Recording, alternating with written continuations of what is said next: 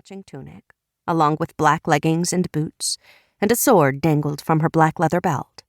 Her long black hair was pulled back into a fishtail braid, and her emerald green eyes and golden skin gleamed in the growing dawn, as did the dragon face with emerald green scales and black eyes that adorned her right hand. All morphs had some sort of tattoo-like mark on their bodies that indicated what larger, stronger creature was lurking inside them.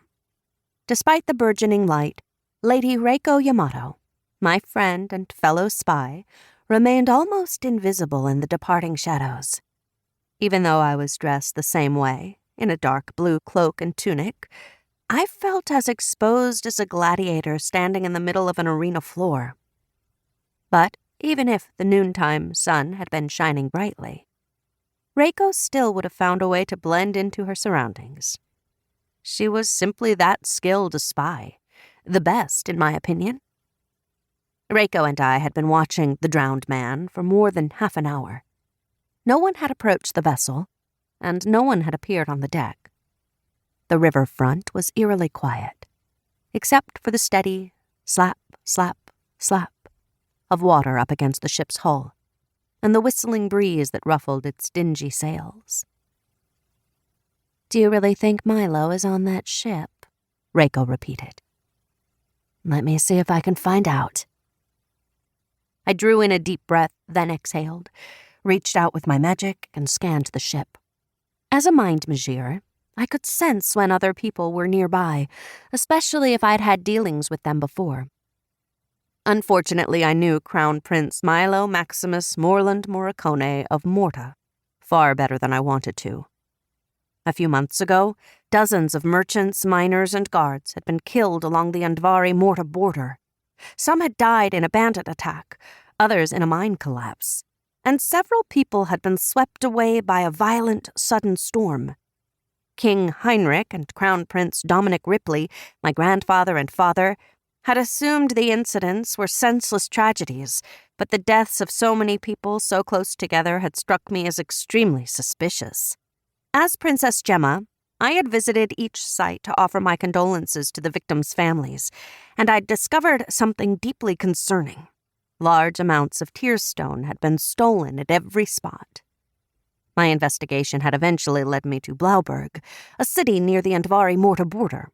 As miner Gemma, I'd gone undercover and realized that Conley, the mine foreman, was stealing and selling tearstone to Morton guards. Conley had shoved me into a chasm and left me for dead, but I'd been rescued and taken to Merkvior, the royal palace in Majesta, the capital city of Morta. Despite the danger, being at Merkvior had been a golden opportunity to figure out which Morton was ultimately stockpiling the tearstone and why. So I had played yet another part, Armina, a noble lady and jewelry maker.